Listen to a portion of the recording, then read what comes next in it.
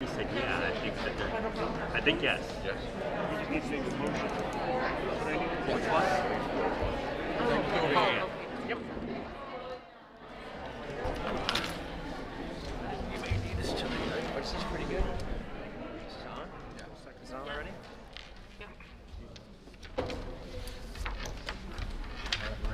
Good. Good evening, everybody. Can I ask for a motion to enter public session? I'll make the motion. Do I have a second? I will second it. Thank you. Motion's been made by Ms. Grosso and seconded by Mr. Dambola. Upon the recommendation of the Superintendent of Schools, the Caldwell-West Caldwell Board of Education shall return to open session at approximately 04 p.m. Brian, can you take a vote, please? Okay, all in favor? Ayes? Aye. 4-0. Nays? Abstentions? 4-0. Motion carried. Thank you. As we mentioned last week, we've done a search to fill our vacant seat here on the board. Just to reiterate, we had 11 participants wish to join the board. We interviewed 3 last week, and the board has made a decision during the week on our new board member. Paula Getty will be joining our board in a few minutes, and it is with complete honor that I ask Paula to come and join us here on the board, or return, I should say, to the board. For many of you who do not know, Paula was a past president of the Board of Ed, and she was on the board for approximately 6 years. So she's coming with a wealth of experience to help us as we move forward within everything. So I'm going to ask somebody to nominate Paula. I will nominate Paula Getty for the Board of Education. And do I have a second? Second. So Brian, we have a nomination by Ms. Grosso and a second by Ms. Dambola to ask Paula Getty to join the Board of Ed for Caldwell-West Caldwell. All in favor? Aye. All against? Nays? Abstentions? 4-0. Motion passed. Paula, would you please come up for an oath?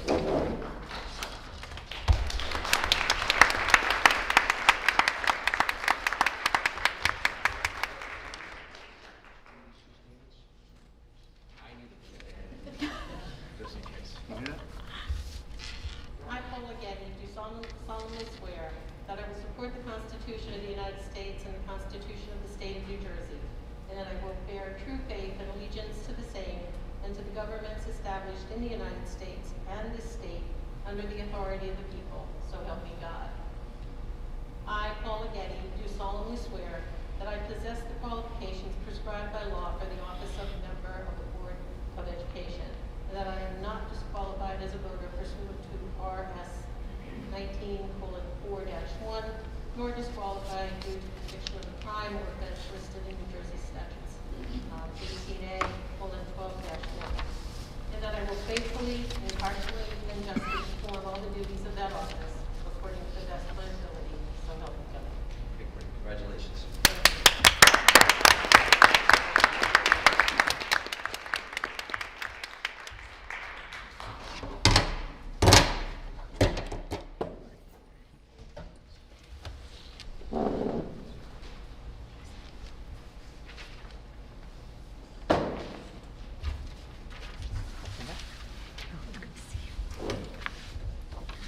I really feel Paula should be sitting in this seat, so I will try my best.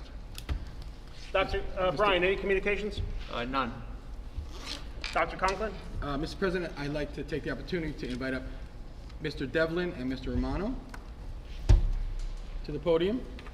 And if you don't mind, if you could read the proclamation when they come up, and they'd like to say a little something about the football team. Great. It's a proclamation.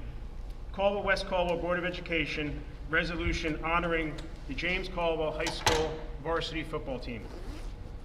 Whereas the JCHS varsity football team is the Super Football Conference National White Division champion, and whereas the JCHS varsity football team is the Group 2 Section 1 state champion, and whereas the JCHS varsity football team is the first ever Caldwell-West Caldwell North Jersey Group 2 state champions. And whereas the JCHS varsity football team is the first undefeated football team since 1991. And whereas the JCHS varsity football team is the only Caldwell-West Caldwell football team to ever win 12 games. And whereas the JCHS football team currently owns the longest winning streak in the state of New Jersey at 15 games.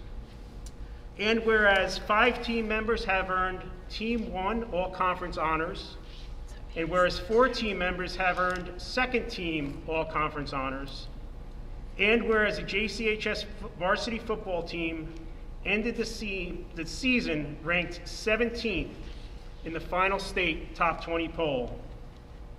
Therefore, be it resolved that the Caldwell-West Caldwell Board of Education takes great pride in recognizing and commending the 2021-2022 James Caldwell High School varsity football team for its outstanding achievements this 13th day of December 2021.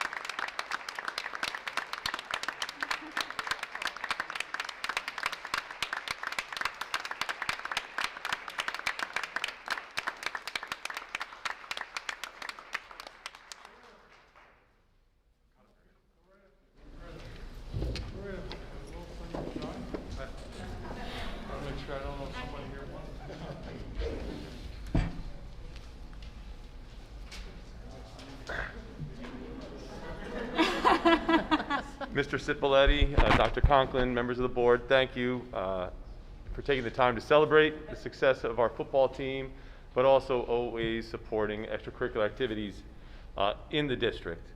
Before I turn things over to Mr. Romano, I just, on behalf of the faculty and administration, I want to congratulate our coaches and our team members represented by our 4 captains today on a great, successful season. Your hard work, your dedication, and your teamwork really made you a historic team for James Caldwell High School. And as a fan, it was exciting to watch, fun to watch throughout the season, and you really, the experience that you gave everybody, the game at MetLife will be a memory that your classmates will keep long after they graduate, and it brought the community together. So congratulations, thank you very much. I'd also like to thank the cheerleaders, their coaches, the pep band, Mr. Burrows. They too start practicing in August, and they work and they come and they perform throughout all sorts of weather. So I thank them, and then really as well, our student fans were exceptional this year. They were fun, they were respectful, they were enthusiastic, and they really supported you throughout. So this has been a season like none other. Very proud to be the principal of James Caldwell High School. So I wanted to take a couple of seconds just to say that and to say congratulations, guys.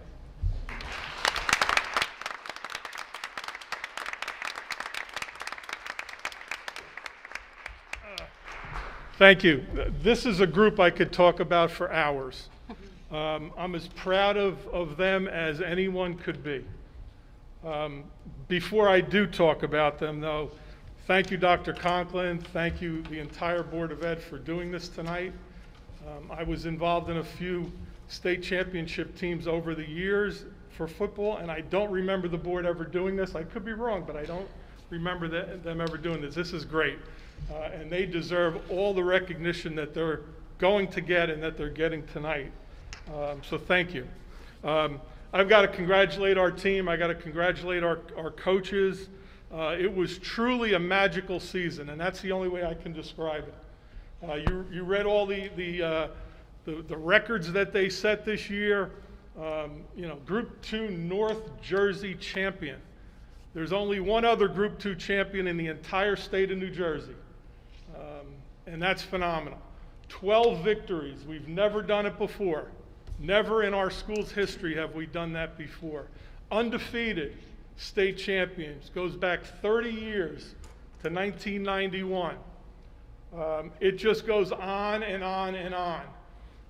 I do have to recognize somebody here that, and he'll never say it, but it just came out this weekend. Coach Tom Lamont was voted the Essex County Head Football Coach of the Year.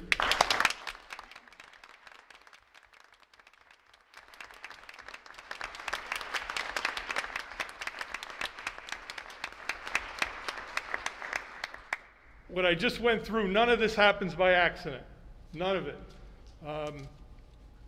What you need, there's a certain formula that you need to be as good as we were this year.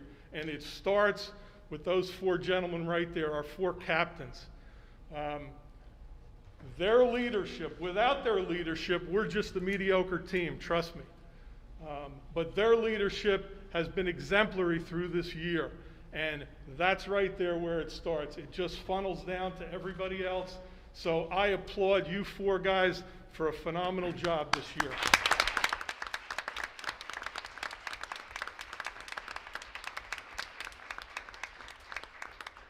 Of course, we have great coaching. Every one of our coaches does a great job. I'm not sure how much anyone really knows how much time these guys put in, but they started back in August the 9th. Officially, the season started in August the 9th. They were meeting back last December as a staff. But once the season started at August the 9th, I'm going to say, and I'm not exaggerating right now, so we go through August, September, October, November. I'm going to tell you that they probably took 4 days off throughout that time. Am I lying or not? I don't think so. Maybe 4 days off. These guys work extremely hard. They put in hours and hours and hours studying film, preparing game reports, scouting reports, and it shows. And it shows. Not only are they great coaches, strategy-wise, but they're great men.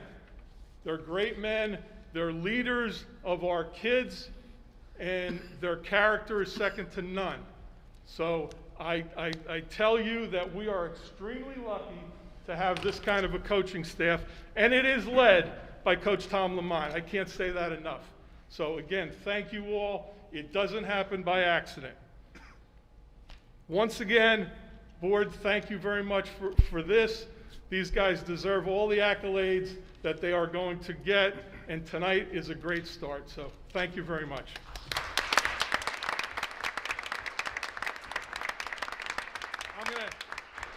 I don't know whether this is on your agenda, Dr. Conklin, but I'd like Coach Lamont to come up here and say a couple words. Great. Yeah.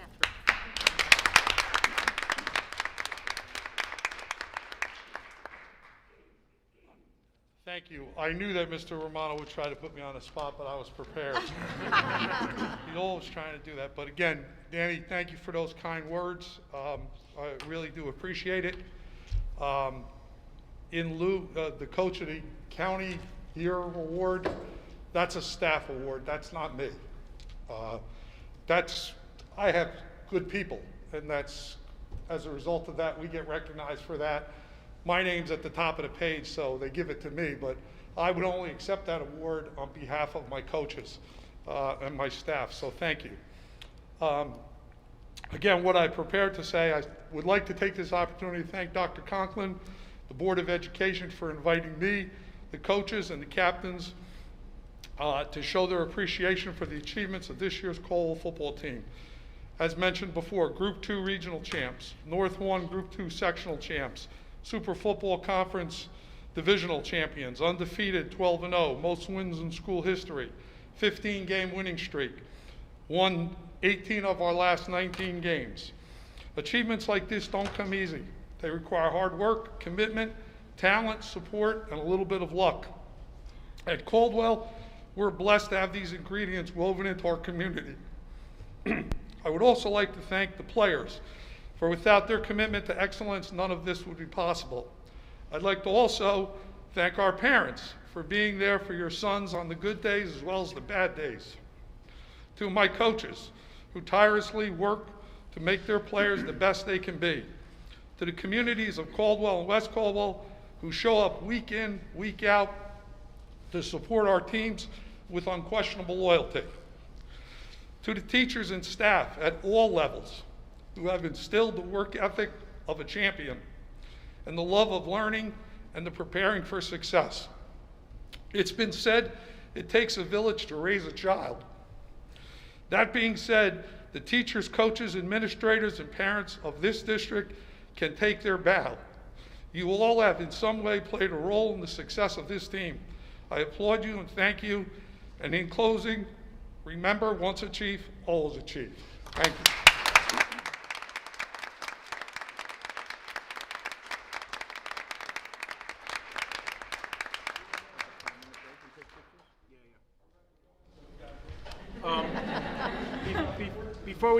We're going to take a few minutes for photos, but before we do that, there's one other comment I'd like to make about this football team.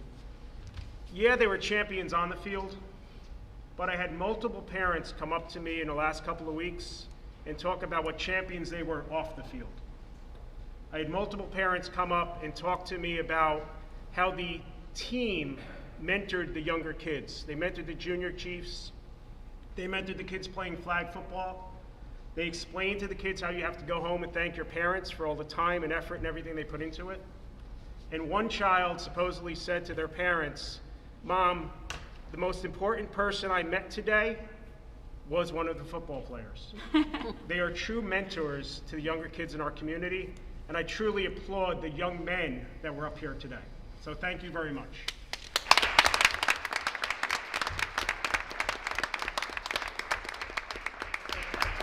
Anybody else have any comments?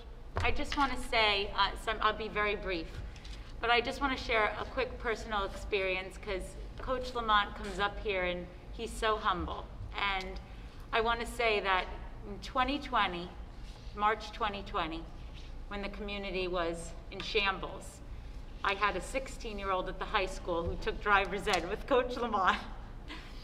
And everyone got their permits in the mail, and she did not. And it was the end of the world in my house. I sent Coach Lamont a quick email and I said, "I know we're locked out of this school, but she didn't get her permit. I don't know what to do." About an hour later, my doorbell rang. My husband opened the door, and that man back there was standing there with my daughter's permit. He went all the way to the school building where it had been sent, and he drove it personally over to my house. And it's that character that is instilled in our children. It's that dedication and that love of children and the dedication to this community. That's why he's standing here today. And Coach Lamont, you are the true meaning of what it is to be a chief. So I just want to thank you. And to the players, I just want to say that 2 of you I knew from the kindergarten door at Washington School. The other 2 I met along the way. But I will tell you, I'm not your mother, but I cheered at every single one of those games except one. And I couldn't be more proud of you than I think your parents are and the rest of this community is. You are leaders, you are champions, you are hometown heroes, and I just wish you all the best. You're going to be so successful in your lives.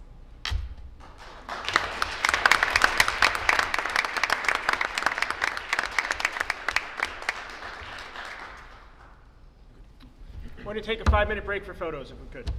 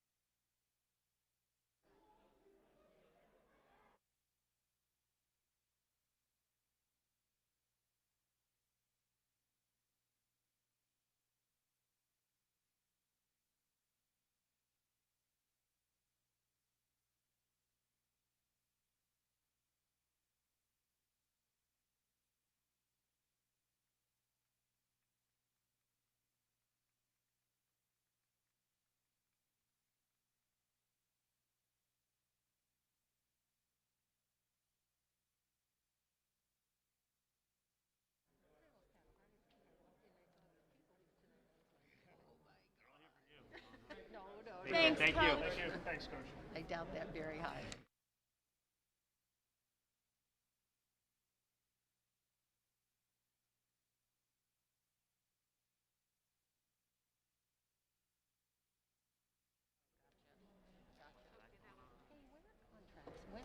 Did They you just did it. Oh, good, okay. I do have one more. Good. That's one of the things I forgot to ask you. Okay, I do have one more comment about it. not just yet. We're a year in. Right. We're going to go to curriculum, or we're going to go right to the health? I'm gonna go to the presentation. Okay. Dr. Conklin, any additional items under? I do. I just wanted to follow up with the conversation we had on Monday. In the first 3 months, we had 57 positive cases of students and staff. In the last 2 weeks, we have 56 positive cases. We have 56, I'm sorry, my voice is a little, we have 56 positive cases, sorry if my voice cracks, of students and staff. So the first 3 months, we had 57. The last 2 weeks, we're at 56. So our positivity rates are going up. With that, I was in contact with the Department of Health, and we're going to be doing a presentation for our 6th to 12th graders. Next week, she's going to do a virtual presentation for them. We've made arrangements between the principals of both buildings. So we wanted to introduce that presentation tonight so everyone could get a preview of, it's not going to be exactly the presentation, but we wanted everyone to see it. So I'll introduce Ms. Betty Sullivan. She's the president of the Health Department of Caldwell. Did I get that right, Ms. Sullivan? Yes. Thank you. She has a microphone, so she doesn't have to use her teacher voice. Yeah, can you all hear me? Yeah. I wanted to thank you so much for listening to me and for staying. I thought I'd be seeing a lot of people leaving after the football team because that's a tough act to follow, but I will do my best. And thank you so much because I'm really passionate about this. I'm a firm believer in transparency. I believe in information and knowledge is what is needed to make an informed decision. I know there's a lot of misinformation out there, so I hope I can clear this up for you. And again, thank you so much for taking the time to listen to me. So I named my presentation, What is a Vaccine and Why Should I Know This? But it's more like, what is a vaccine and why should I know this for the kids? So hopefully I'll explain that. So to begin with, a vaccine is a substance that prepares the immune system to fight disease and stimulates the production of antibodies inside our bodies. It provides immunity and it acts as an antigen. So, to further explain, to understand how vaccine works, we need to look at the illness itself.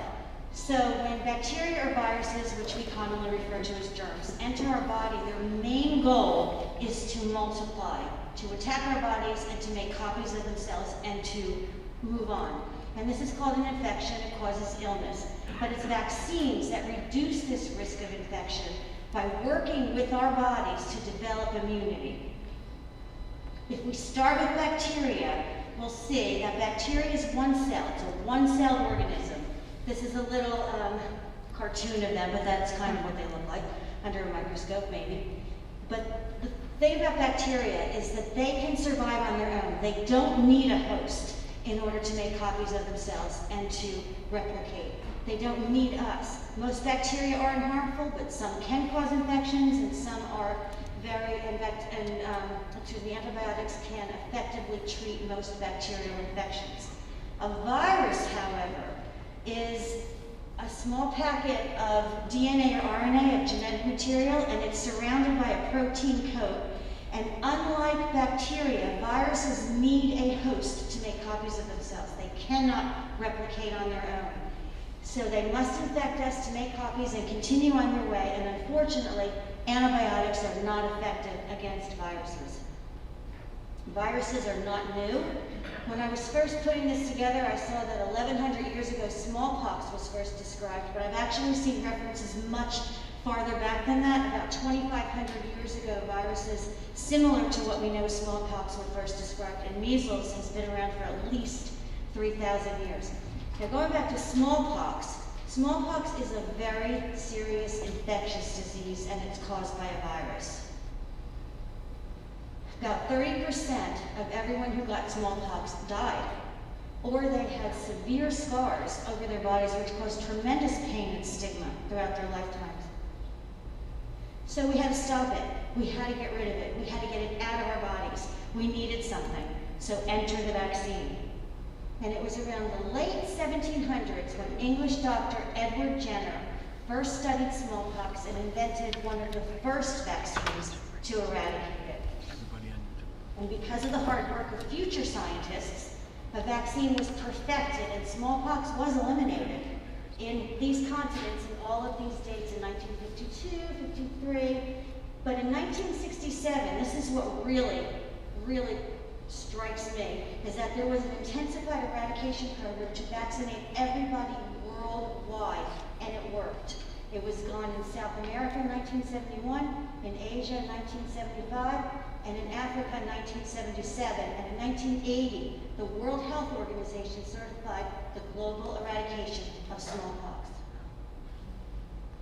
So what does that even mean? I know you know what that means. But for the kids, the eradication is the complete destruction of something. It was literally gone. So, what is a vaccine and why do I need to know this? Okay, let's move on.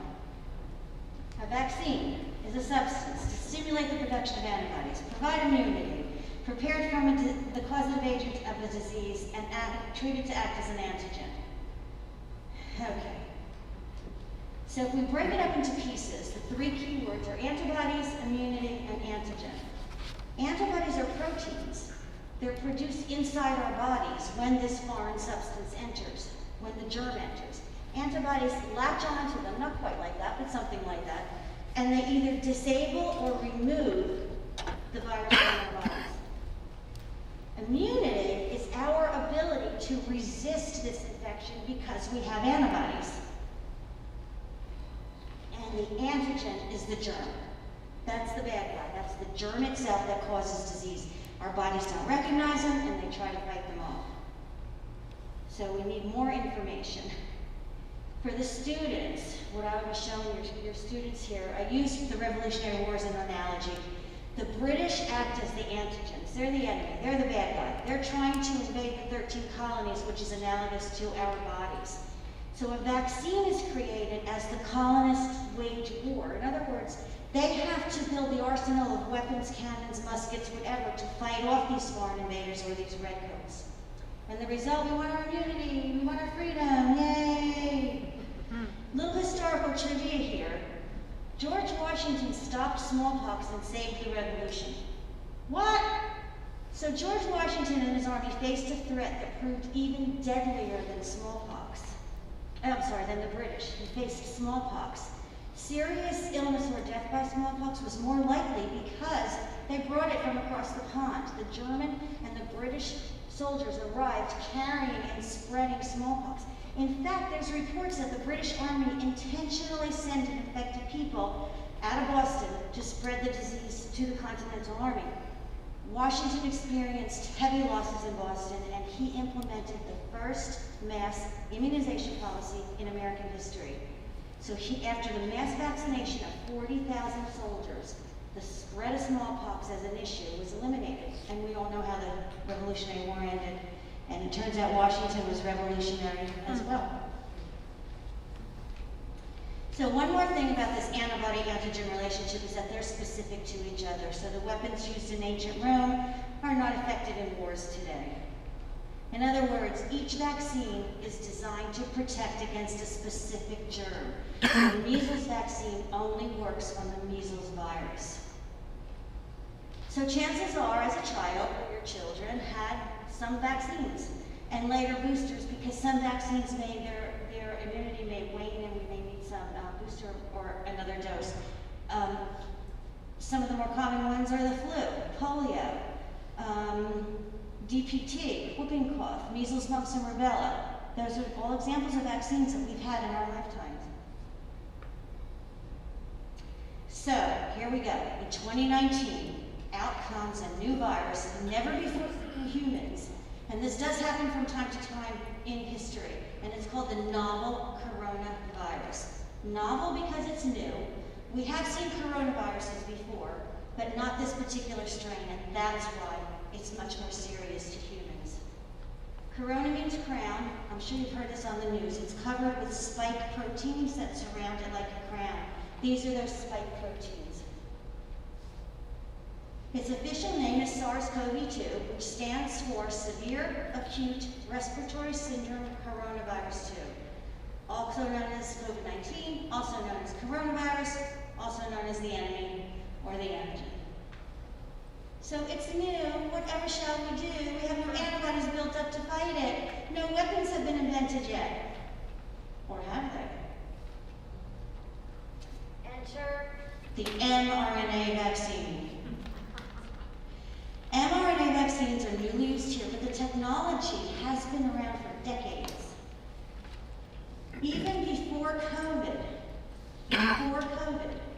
interest has grown in these vaccines because they can be developed in a lab using readily available material. And they can be produced in large quantities much more quickly than other vaccine methods.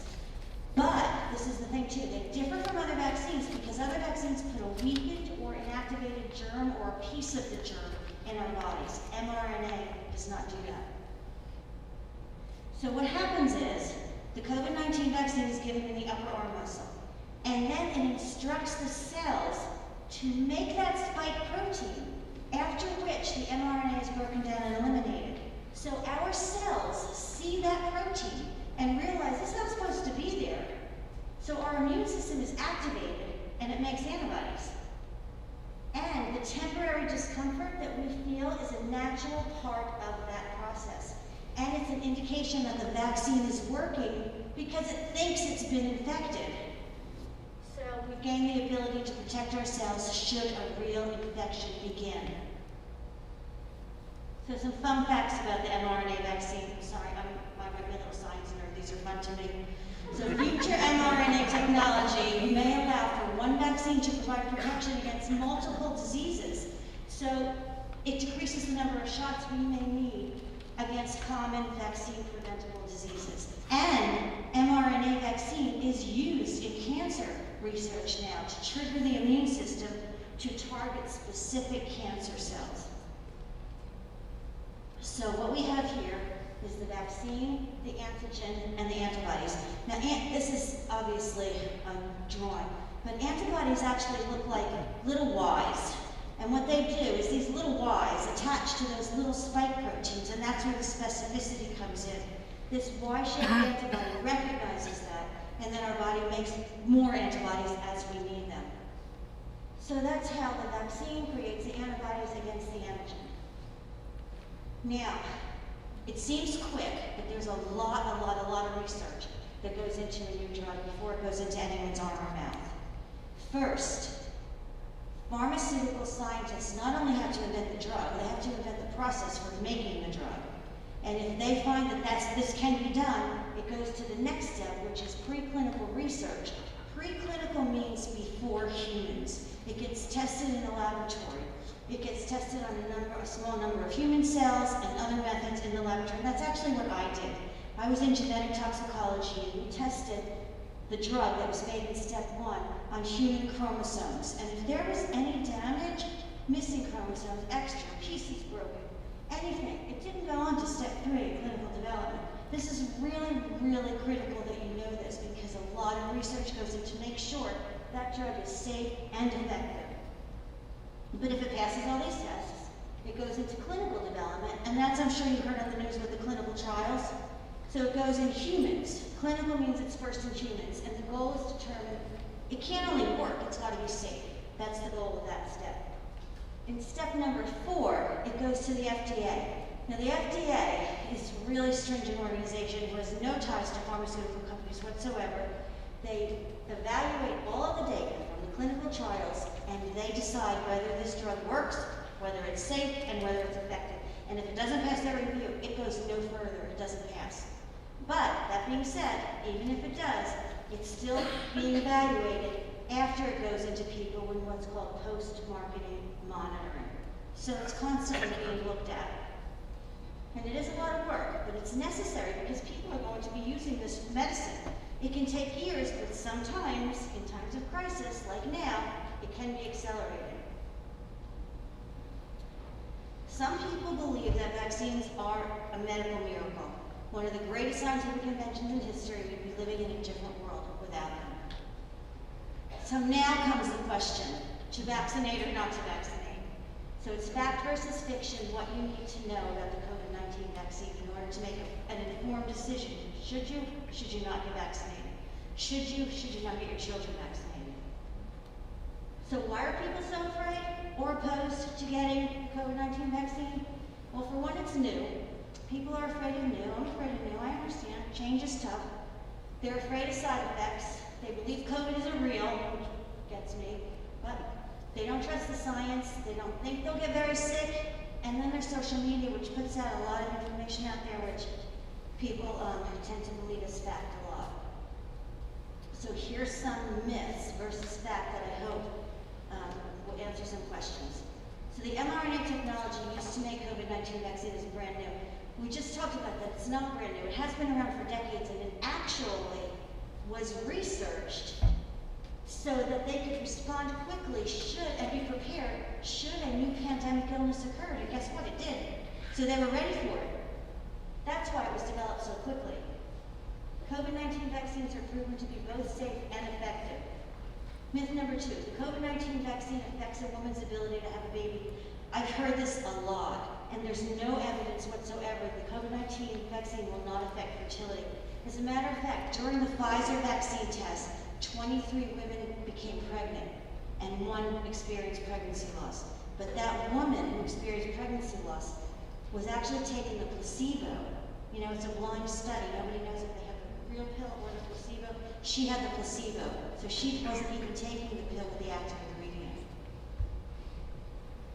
Myth number 3, if I've already had COVID-19, I don't need a vaccine.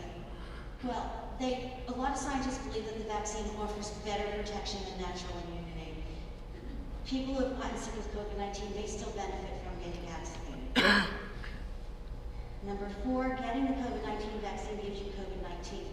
We talked about this too. The COVID-19 vaccine does not contain live COVID virus. So you cannot get the COVID virus from the COVID-19 vaccine. Number 5, the side effects of the COVID-19 vaccine are dangerous. We talked about that too. You can have side effects. You can have site soreness. You can get a mild fever. I got a fever, only with the booster, not with the first 2 shots. But I'm going to be honest with you. I felt lousy, but I didn't feel sick. And it was only a day. And there's a big difference. If you've ever had the flu, you know what it's like to feel sick versus just feeling blah. And then it was over.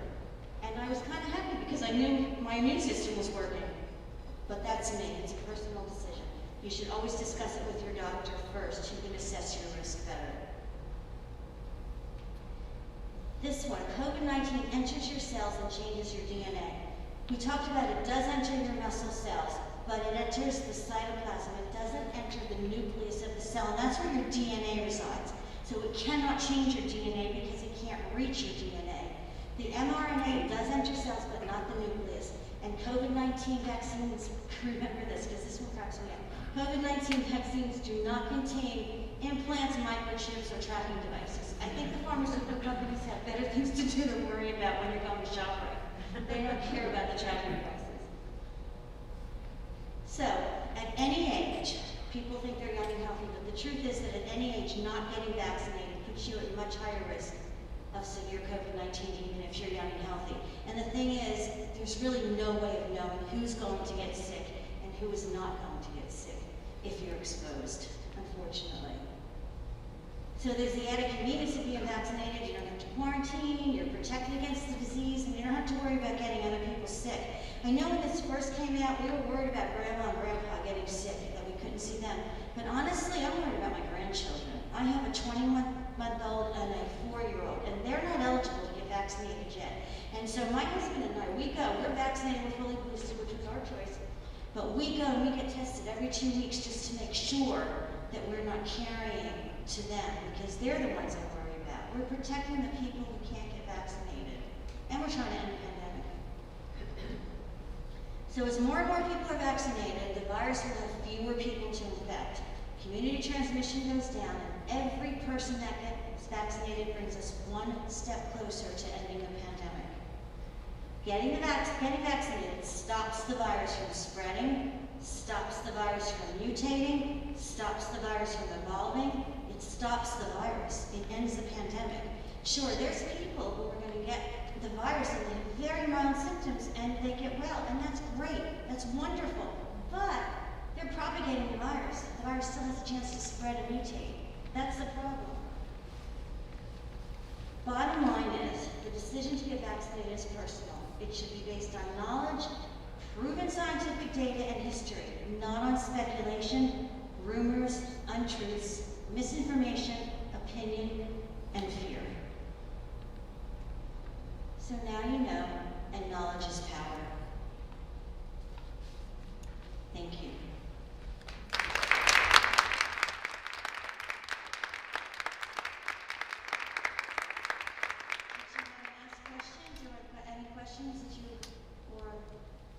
Anybody have any questions? Thank you so much for coming, and I look forward to seeing the presentations for the middle school and high school.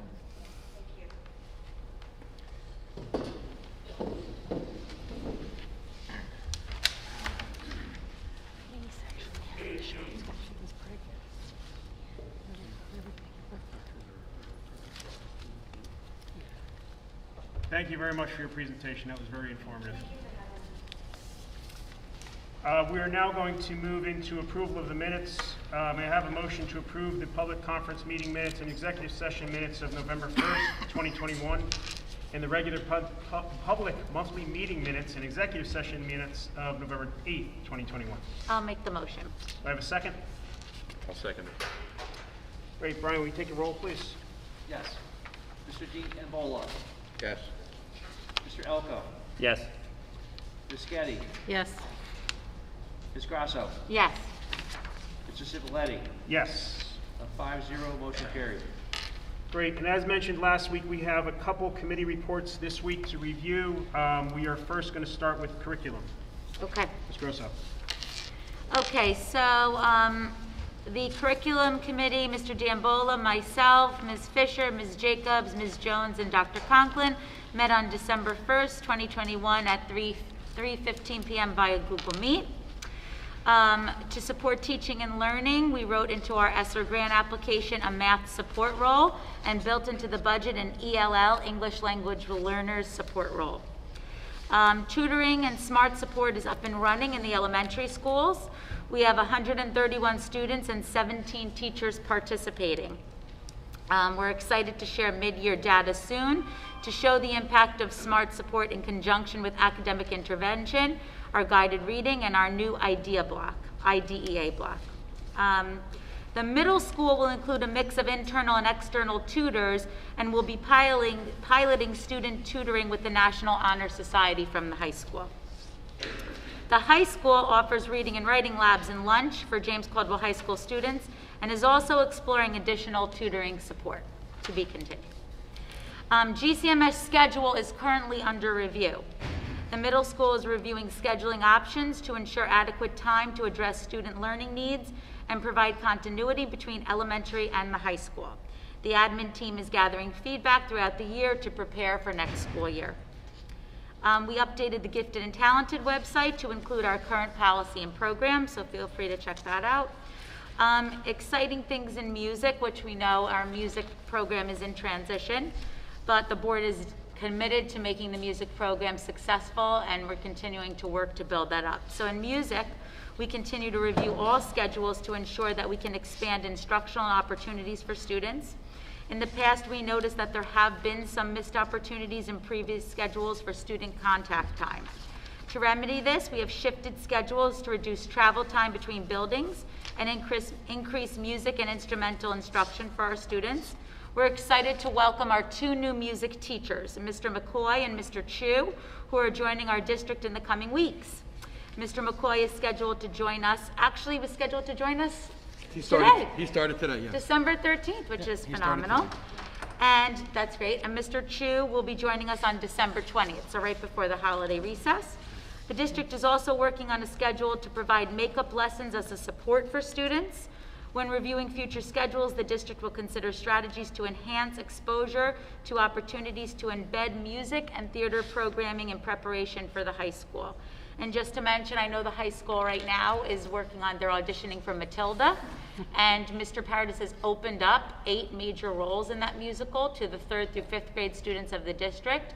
He's really a champion for that. I commend Mr. Paradis always for his work with the district.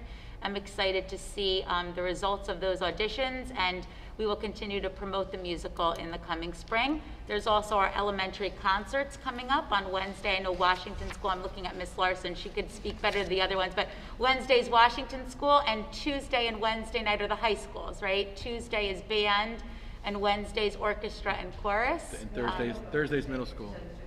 Okay, so I do know at the high school, Wednesday is the orchestra and chorus concerts, and then Dr. Conklin saying Thursday is the middle school. So we're excited that, I know as a parent, a music parent, I'm excited to be able to get back out there and listen to the kids, and they have this opportunity. And that's it for curriculum and technology. Thank you, Ms. Grosso. And now we have a committee report on finance and facilities. Mr. Oka?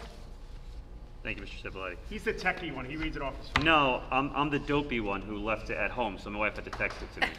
I was trying to cover for you. No, she's watching. So on November 30th at 11 a.m., the Finance and Facilities Committee met at Harrison School. Present for the meeting were Board President Dan Cipolleti, myself, Superintendent Conklin, Assistant Superintendent Ms. Jones, and Business Administrator Brian McCarthy. The items we discussed included the committee discussed a new approach to scheduling school facilities by outside entities and considered requests for the use of the school facilities by the Recreation Department and also by the Caldwell-West Caldwell Soccer Club. The committee discussed the current method of sharing services with the Township of West Caldwell and assessed ways to improve that arrangement and the relationship. The committee reviewed an updated design for potential renovation to the Harrison building, most of which would be covered by ARP ESSER grants. The committee reviewed the district's request to hire additional math supervisors and ESL teachers as early as fiscal year 2022, which Julianne covered in the curriculum discussion. The committee discussed and agreed with the plan to purchase additional 14-person passenger buses. And finally, the committee considered and confirmed the current arrangement between the district and the West Essex hockey team and discussed upcoming athletic expenditures, including travel to wrestling meets and championship rings for the football team. Thank you, Mr. Elko. Any questions on those two reports? Okay, great. We're going to now move into public comments on agenda items, and if you could please hold those to agenda items only at this time. Public participation shall be governed by the following. Participants must be recognized by the presiding officer and must preface their comments by an announcement of their name and address. Statements are to be limited to 3 minutes duration and may only address items on the agenda at this time. Participants may speak no more than once on the same topic until all others who wish to speak on that topic have been heard, and all statements shall be directed to the presiding officer. Any questions at this point on the agenda? Sure, if you can just come up to the microphone.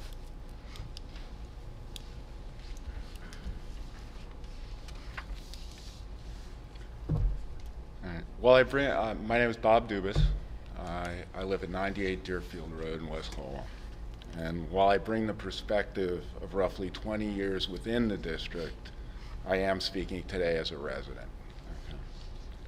And I'm here to address the creation of the instructional supervisor of mathematics that's on the agenda tonight. West Caldwell is not a large district, and I don't believe that the creation of a large, top-heavy bureaucratic structure will make it better. All right? I believe that the district's lean administrative structure has traditionally fostered a culture of teamwork where everyone in the district worked together to provide the best for the students. I'm concerned that the administration will damage this culture. Before you create this new administration position, I ask that you consider the following facts and questions. This will be the third new administrative position created in the past 3 years. These 3 positions combined have cost the district over $400,000. What data are you using to suggest that the creation of more administrative positions will have a direct impact on student learning? Wouldn't the money be better served in the classrooms with additional teaching staff or materials, aides, substitutes, the list goes on? I'm not looking for a response. I just want the board to consider the need for yet another administrative position when those funds would be better served elsewhere, where they would have a direct impact in the classroom.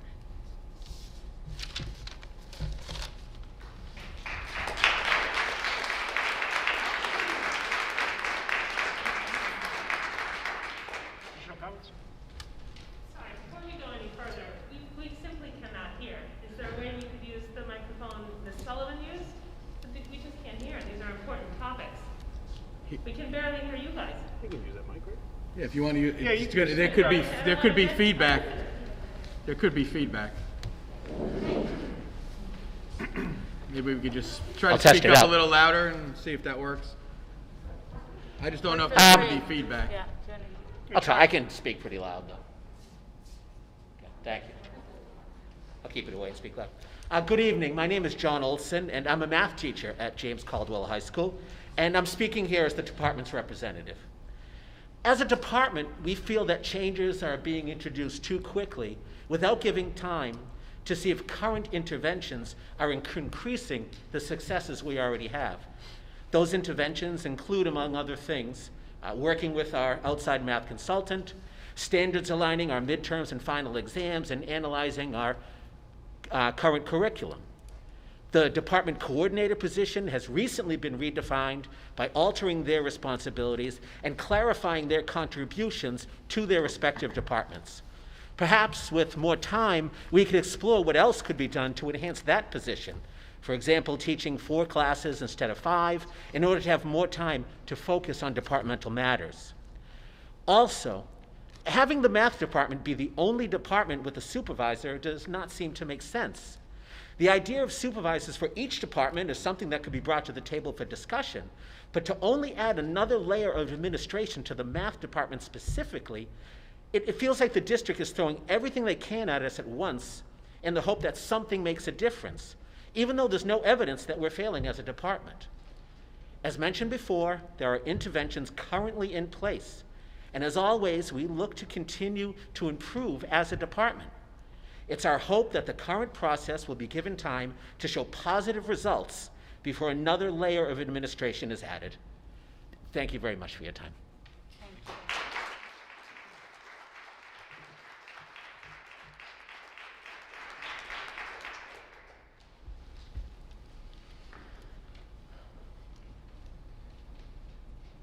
I think I can talk loud enough. Liz Hart, 149 Ravine. I have a question on the policy section. So it mentions under the second reading new and or revised policies, regulations, bylaw, and then I had parentheses attached. But I couldn't find anything attached. I looked on the website, I looked on the agenda. And so my question was in regards to the new, I guess, bylaw for school employee vaccination requirements, what that actually is. And then under number 2 under policy, for the first reading new and or revised policies, regulations, bylaws, public participation board meetings, since I'm part of the public and I'd still like to participate in board meetings, so I would just love to know what those additional changes are. So the additional changes are supposed to be outlined in italics. I'm sorry, what? They're supposed to be in italics, but they weren't in italics because it's the way that they were printed out. So Okay. If you go on the current board, you could compare one to the other.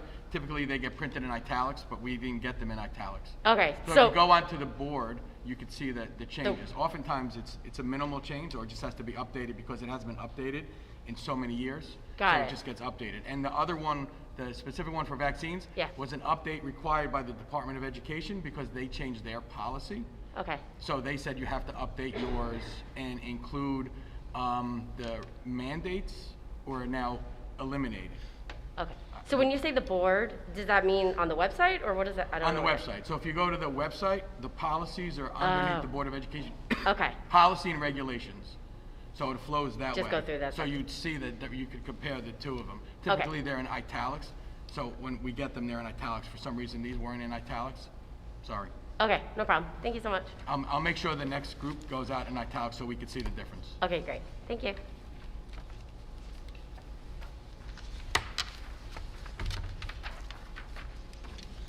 Any other questions or comments on the agenda items? Okay, if not, we are going to move into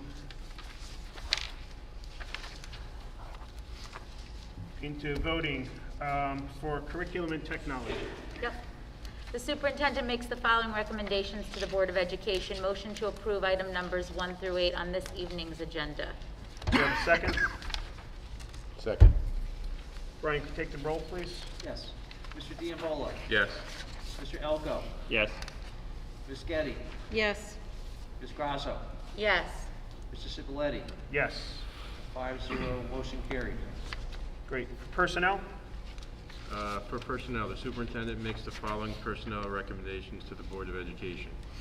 Motion to approve certificated staff item letters A through K and non-certificated staff item letters A through H on this evening's agenda under personnel. We have a second? I'll second it. Brian, can I ask you to take the roll, please? Yes. Mr. Diavola. Yes. Mr. Elko. Yes. Ms. Getty. Yes. Ms. Grasso. Yes. Mr. Cipolleti. Yes. 5-0, motion carried.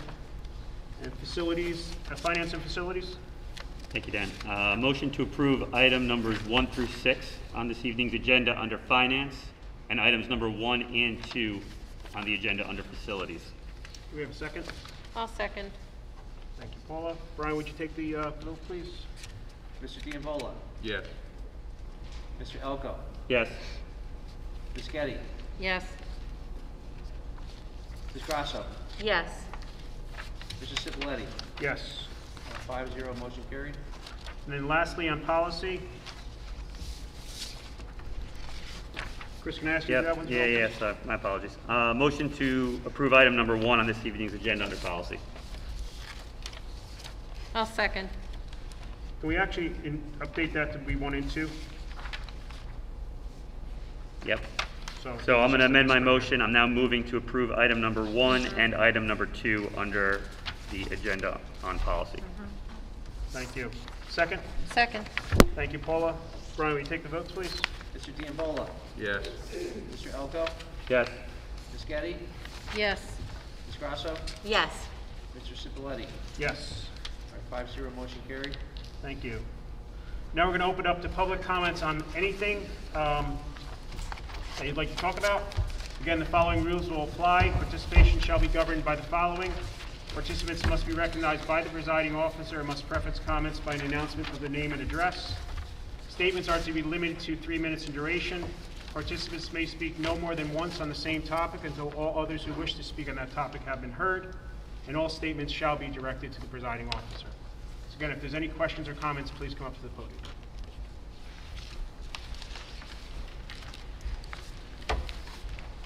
My name, I don't know if this is working or not. My name is Christina Dunn, and I'm a 5th grade teacher at Lincoln School. I have been a dedicated educator for this district for over 35 years. I am here with my colleagues as advocates for the students in our district. As devoted teachers, we are the heart of the school, and our hearts seek the best for our students. Without a doubt, the pandemic changed our lives and continues to do so even today. The last year and a half presented many challenges for our students and ourselves. But despite these challenges, teachers answered the call and brought stability as well as learning to their students. Although the children and parents are happy that we have returned to school, a threat continues to loom over us. Just this past week, I had to transition 1/3 of my class to virtual learning again due to the return of COVID. We cannot lightly dismiss the impact it has on our community and especially our students. We cannot just plow ahead as if nothing has happened. Data reveals throughout our country, 1 out of 5 children are suffering from anxiety and stress. Knowing this, We need to support our students and their teachers and allow them the opportunity to develop mechanisms to adapt and cope. While there is no question that the administration seeks to catch them up, teachers fear it is too rapid and the students are not yet equipped to handle it. The current curricular approaches as implemented by our administration require that every minute of our day is accounted for. There is no downtime, and this adds to the pressure. It is full speed ahead. Even recess has been sacrificed for grades 1 through 5. Little time is allotted for the children to reconnect with their peers or just enjoy learning. Instead, the administration has introduced many rigorous testing demands with unattainable goals. One of these district goals states that 70% of grades 1 through 6 students who scored below grade level in reading should demonstrate a minimum of 1.5 years growth. Although this goal sounds commendable, it demonstrates a lack of understanding of our current situation. In the best of times, this would be challenging. But for our students, especially those in special education, it's overwhelming and counterproductive. Current push-in programs exacerbate this frustration by the fast pace that we are doing. This enhances their feelings of inadequacy, even with our support and our encouragement. In the classroom, many COVID restrictions create conditions that are problematic. Students are supposed to be 3 feet apart. Faculty members 6 feet apart.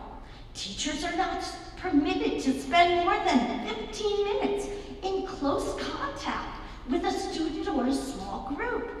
Science teachers are struggling to implement the new curriculum that requires small group activities and interactions lasting longer than 15 minutes. Normally, one curriculum change is made at a time. Teachers are given the opportunity to fine-tune their craft. Now that we have returned to school, the administration has changed the reading curriculum, the phonics program, the math program, and the science curriculum, while telling the teachers to also master Seesaw, the classroom app for distant learning, in preparation for remote instruction. The teachers are frustrated. We want to provide the best education for our students. We are working long hours beyond the typical day to become familiar with the numerous programs being implemented during this challenging time. To compound the situation, teachers feel they have not been adequately trained prior to this rollout. For example, many elementary teachers were observed and evaluated on guided reading instruction when little training and support was provided prior to their observation. We have been advised by the administration to anticipate lower teacher scores on our evaluations. It's as if the administration already knows their goal is impossible, setting us all up to fail, students and faculty alike. Don't you find that troubling? It would have been more effective and less stressful if adequate training was given before and not after the introduction of these programs. We are on the front line.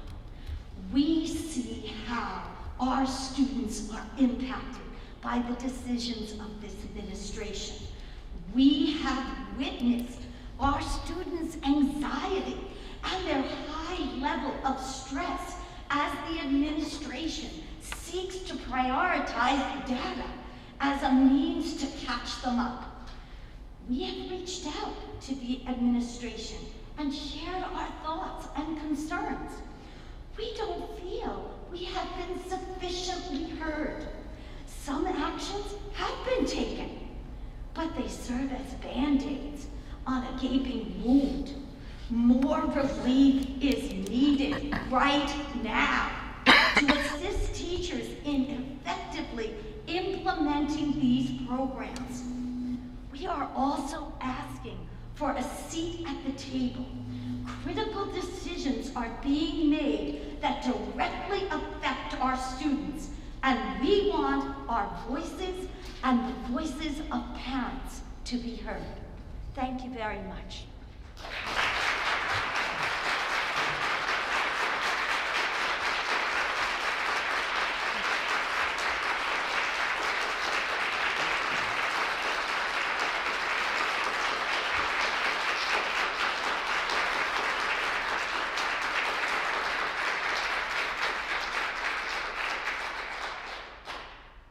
Thank you for your comments. Any additional comments or questions? One more question? Sure, come on up. Hi there. Turn on, thank you. Hi, my name is Terry DiMartini Greenlee, and I live at 35 Woodrow Place.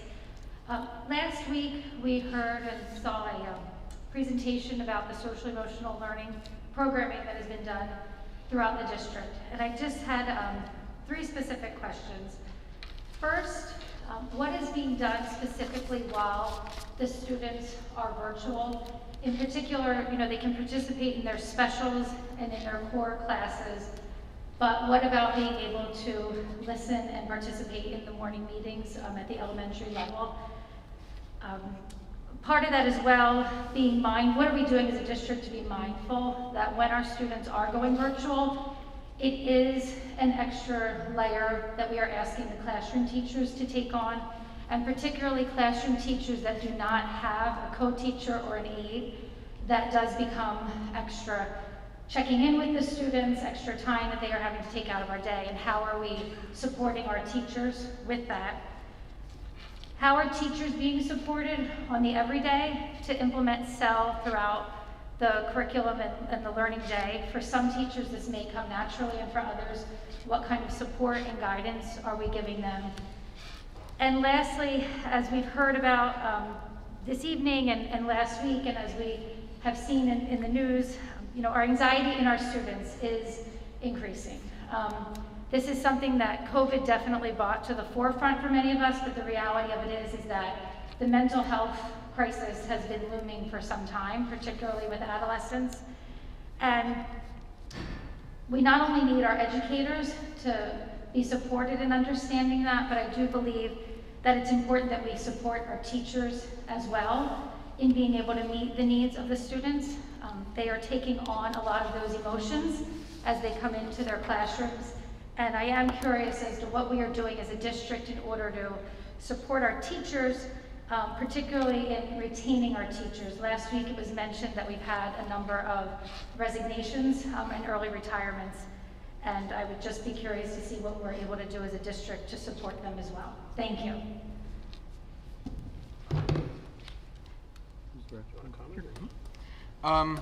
So SEL is embedded in the curriculum, and we utilize bridge counselors. The district does have meetings with the K-5 teachers and the 6 to 12 teachers to discuss the concerns that you have related to that. I feel like I'm yelling. And the SEL student, in relation to class schedules, we provided through Google Classroom. Students have access throughout the day to participate within their classroom. So typically, once students go remotely, they have access. If you don't have access, I suggest you reach out to your building principal and explain that to him directly or her directly. All right? I think I got all 3 of your questions. Did I? Can I just say yes, because I've asked about what the students have virtually and was told it's core subjects and special only. They should have full access to the classroom. Email me tomorrow if you could, please, and give me specifics. I don't want to discuss specifics with everybody, but just give me specifics and I'll address that directly, okay? Thank you. Thank you, Terry. Any, oh, sure.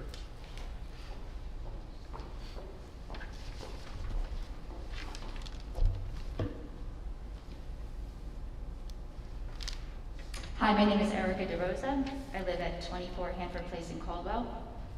I've lived in the Caldwells for 17 years, and I've been a Livingston public school teacher for 21 years. Tonight I'm here to advocate for my son, who is a 5th grader and a special education student at Lincoln School. We transferred this year from Catholic school because of Caldwell's solid reputation for its outstanding education. And I've been fortunate to be a part of this for the past few months. But I've also seen room for growth and for change.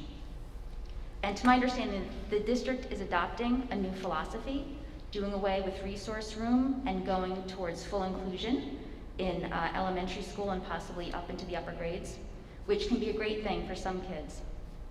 But what concerns me about the model that you've introduced is that it doesn't meet everybody's needs. Least restrictive environment, LRE, is a nice buzzword, but it's only applicable if there's more than one environment to compare it to. When I think of differentiation in my son's classroom, it's too small to have a table at which a teacher can put a small group of students to work together. So essentially, for some students, you're taking kids who perhaps should have been in a resource room and putting them in a regular education room, but you're not giving the special ed teachers the tools they need to teach effectively.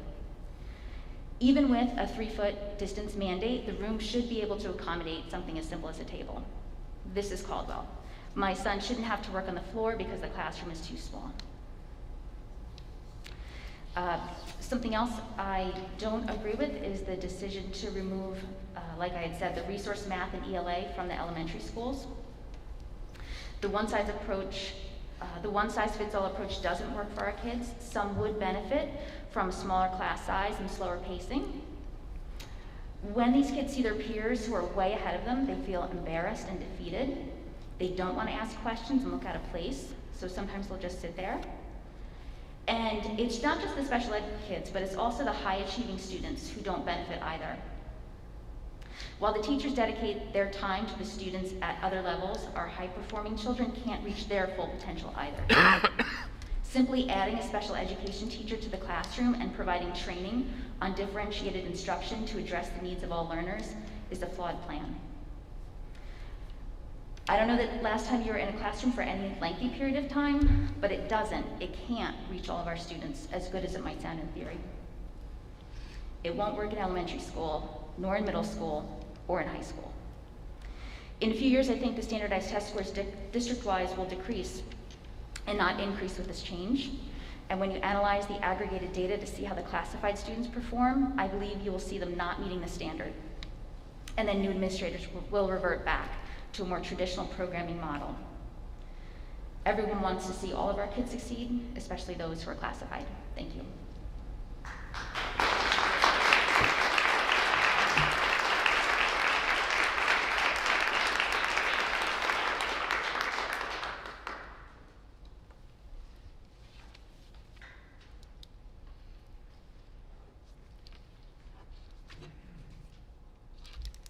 And the trick is, on.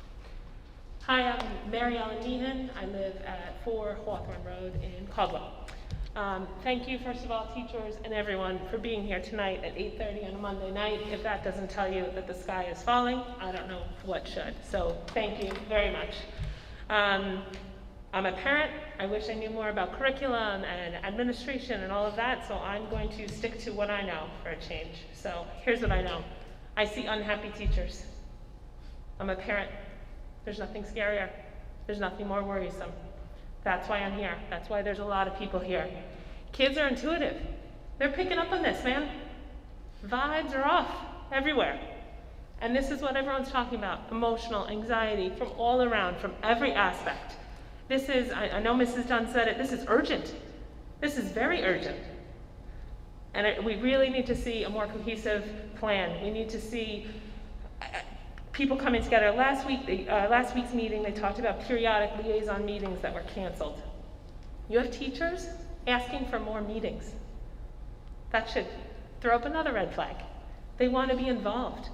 Any sort of comprehensive problem solving takes a group think. You're hearing it from the people who are on the front lines. We need to listen. We all need to listen. Teacher retention, that is the most important. We're hearing about resignations. We're hearing about early retirements. There's no time to wait on this. There are no other resources, other teachers. You know what's going on here. This is important. This is Caldwell-West Caldwell. We need to do better. We need to do better by our kids. Everyone around here is here for the same ultimate goal. I don't know about these 5-year plans. I don't know about these comprehension curriculums. I can't speak to that. But what I can speak to is I can see dour faces, unhappy emotions, and that's trickling down to our kids. And that's not okay. Everyone wears a sign in their life that says, "Make me feel important." That's how you get things done. That's how you're productive. You'll have to make everyone feel important, make everyone feel heard, and I think they've said that loud and clear now.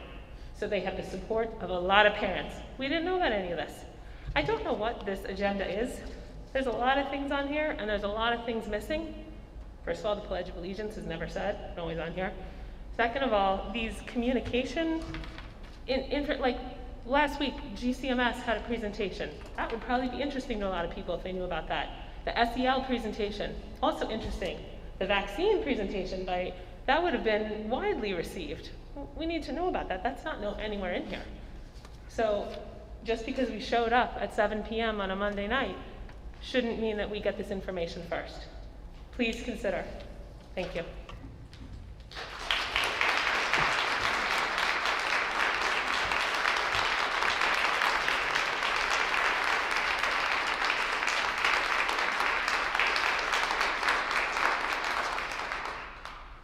Any other questions or comments? Okay, with that, I'm going to ask for a motion to be made to adjourn our current public session. I'll make the motion. Do we have a second? I'll second it. Okay, motion's been made by Ms. Grosso and seconded by Mr. Dembola. Upon the recommendation of the Superintendent of Schools of Caldwell-West Caldwell Board of Education, shall adjourn this meeting at approximately 8:23 p.m. Thanks for coming, everybody. All in favor? Aye. Ayes? Aye. Ayes, abstentions, motion carried. Thanks, Brian.